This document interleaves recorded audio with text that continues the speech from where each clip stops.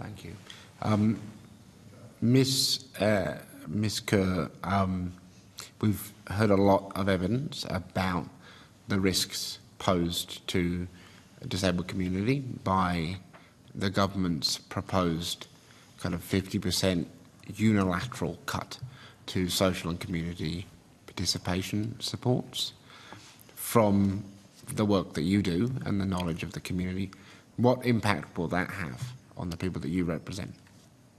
That will have a massive impact, not only for each, the broader group, but a lot of times those supports are combined. So we have people who might be gathering together and have one support worker providing some assistance where needed.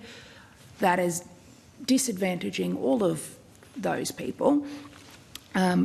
But also, when we talk about efficiencies and financial responsibility, those numbers that already exist in plans didn't come out of nowhere. So all of that represents functional capacity assessments that have already happened, and occupational therapy is all of your reports, all of your NDA planning time to go into coming up with whatever number appears in these plans that is going to get an arbitrary 50% cut.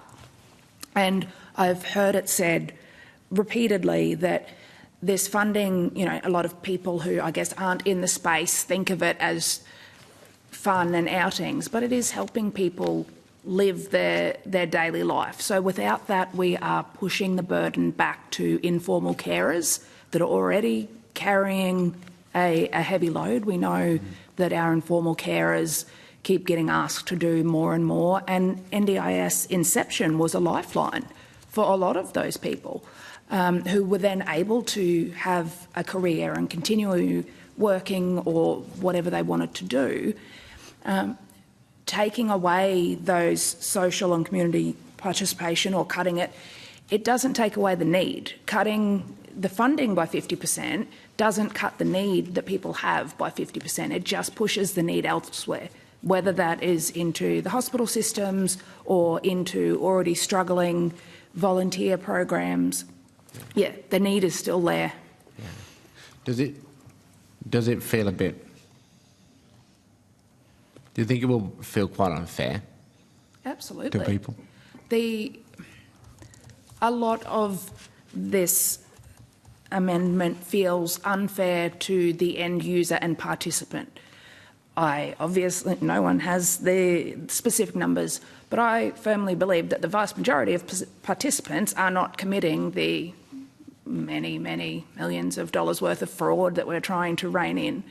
They are participants with disabilities who are trying to live their best potential life and live their own life. So I have been diagnosed with MS for 20 years, so I've lived pre-NDIS. I was using a wheelchair quite regularly. I was 17 when I was diagnosed. I bought my first walking stick at 18, wheelie walker a year or two later.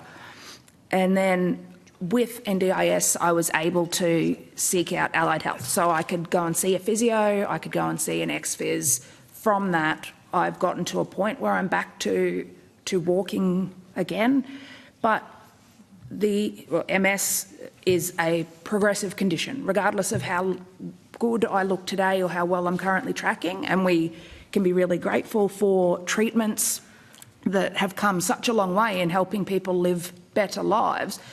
The fact remains MS will always be a fluctuating progressive condition.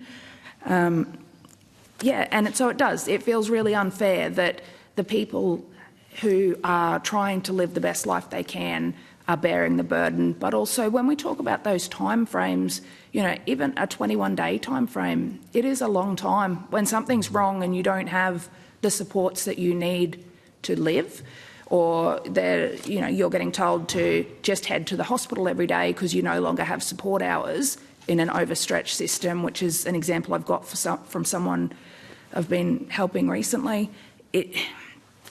21 days is a huge amount of time. 90 days, and that's if the timeline sticks. So the current 21-day timeline generally you get an email around day 28 that goes, oops, sorry, we're a bit late, and then we'll get to it.